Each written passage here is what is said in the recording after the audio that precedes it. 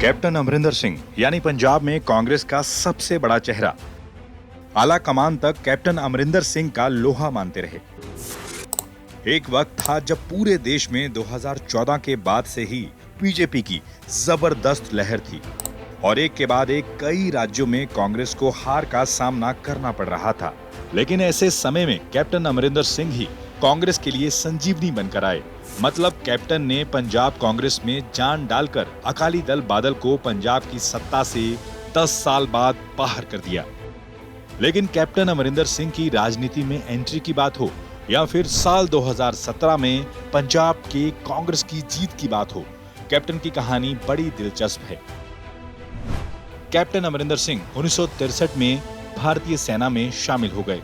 1965 की शुरुआत में उन्होंने भारतीय सेना छोड़ दी, लेकिन 1965 की लड़ाई के दौरान वो फिर से सिख रेजिमेंट में शामिल हो गए।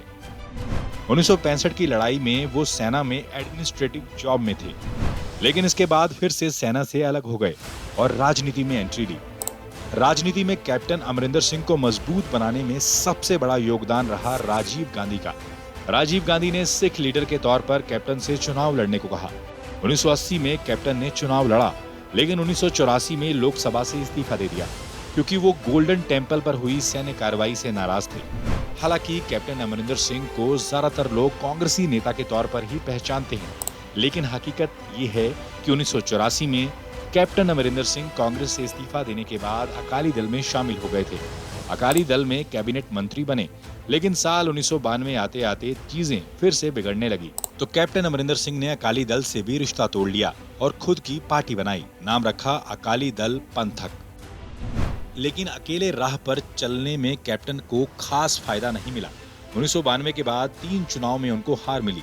1998 में फिर से कांग्रेस में शामिल हो गए।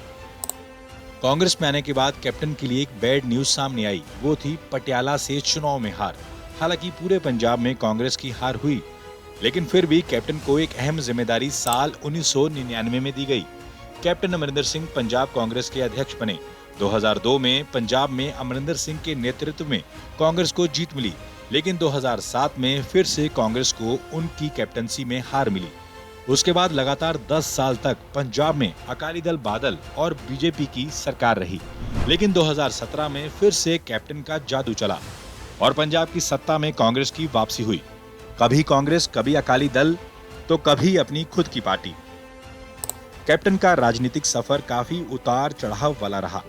नवजोत सिंह सिद्धू के कांग्रेस में शामिल होने के बाद कैप्टन लगातार सिद्धू के पर कतरने में काफी हद तक कामयाब रहे, लेकिन सिद्धू को हाईकमान के आशीर्वाद के चलते कैप्टन के लिए ये खींचतान काफी बड़ी सिरदर्द साबित हुई। कुछ मीडिया रिपोर्ट्स में उनकी पर्सनल लाइफ को लेकर भी चर्चाएं होती रही, खासकर कथित पाकिस्तानी दोस्त अरूसा आलम को लेकर।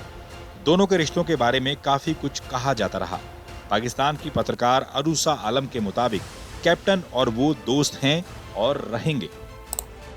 टाइम्स नाउ नव भारत डिजिटल ओरिजिनल्स की रिपोर्ट।